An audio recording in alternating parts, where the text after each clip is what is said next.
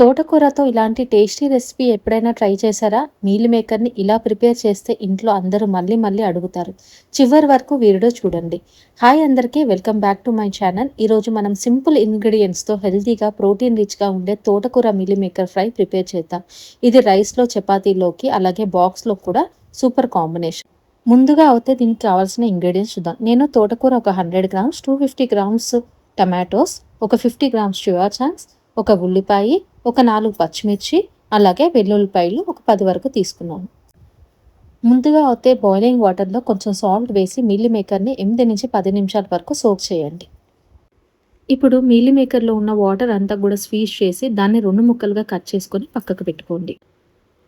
ఇప్పుడు ప్యాన్లో కొంచెం ఆయిల్ వేసుకొని ఒక 2 టేబుల్ స్పూన్స్ ఆయిల్ వేసుకొని ఆయిల్ హీట్ ఎక్కిన తర్వాత ఇందులో మనము కచ్చా పచ్చగా దంచుకున్న వెల్లుల్లిపాయలు అనేవి వేసుకుందాం.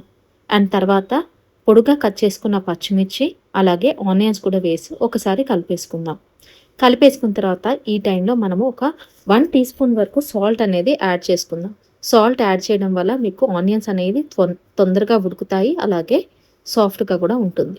ఇప్పుడు 2 నిమిషాలు మూత పెట్టుకుందాం. సో మూత తీసిన తర్వాత మనకి ఆనియన్స్ అన్నీ కూడా చక్కగా వేగిపోయాయి. సో ఈ టైంలో ఇప్పుడు మనము తోటకూర అనేది మనము వేసుకొని ఒకసారి కలిపేసుకొని దీంట్లో 1/4 టీ స్పూన్ ఆఫ్ పసుపు వేసుకొని పసుపు అంతా కూడా దాన్ని కలిసేంత వరకు కలుపుకొని దీన్ని మూత పెట్టుకొని ఒక 4-6 నిమిషాల వరకు ఉడికించుకుందాం. సో ఇప్పుడు మనం మూత తీసి చూద్దాం. ఆల్మోస్ట్ మనకి ఆకుకూరలన్నీ కూడా చక్కగా ఉడికిపోయాయి.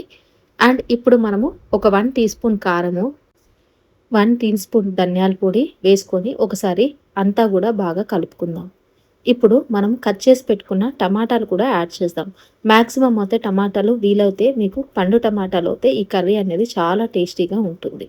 సో పండు టమాటాలు వేసుకోవడానికి ప్రయత్నించండి. ఇప్పుడు మూత పెట్టుకొని టమాటాలన్నీ కూడా మనం మగ్గించుకుందాం. ఆల్మోస్ట్ టమాటాలు అన్నీ కూడా మనకి మగ్గిపోయాయి. ఇప్పుడు మనము మీల్ మేకర్ కూడా యాడ్ చేసుకున్నాం. మీల్ మేకర్ యాడ్ చేసి ఒకసారి కలిపేసుకొని దీంట్లో ఒక 1/2 కప్పు వరకు వాటర్ అనేది యాడ్ చేసుకోండి. 1/2 అంటే టీ కప్పు అంతవరకు. ఇలా వాటర్ యాడ్ చేసుకోవడం వల్ల మీకు మీల్ మేకర్లో అంత మసాలాలన్నీ కూడా చక్కగా పడుతుంది. ఇప్పుడు 5 నిమిషాలు అలాగే ఉంచేసి దగ్గరకు అయ్యేంత వరకు ఉంచుకోండి. ఆల్మోస్ట్ మీకు ఇది ఒక ఫ్రై లాగా అయిపోవాలి. సో చూసారు కదా ఎంత ఈజీగా ఈ రెసిపీ అనేది చేసుకున్నామో.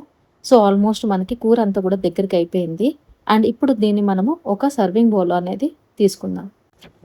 ఎస్పెషల్లీ వెయిట్ లాస్ కోసం ప్రయత్నించిన వాళ్ళకి ఇది ఒక మంచి రెసిపీ. ఎందుకంటే మీరు ఎప్పటికప్పుడు అనుకుంటూ ఉంటారు కదా, ఈరోజు ప్రోటీన్ ఎలా తీసుకోవాలి, ఏ రెసిపీ చేసుకోవాలి అనేది. సో ఇలాంటి కనుక రెసిపీ మీరు ట్రై చేస్తే మీకు కావాల్సినంత ప్రోటీన్ అండ్ ఫైబర్ కూడా లభిస్తుంది. చూసారా ఈ రెసిపీ ఎంత కలర్ఫుల్గా టేస్టీగా ఉందో. సో తప్పకుండా మీ ఇంట్లో ఒకసారి ట్రై చేసి ఎలా అనిపించిందో కామెంట్స్లో తప్పకుండా చెప్పండి. వీడియో ఫస్ట్ టైం చూస్తున్నట్లయితే తప్పకుండా సబ్స్క్రైబ్ చేసుకోండి. Thank you for watching.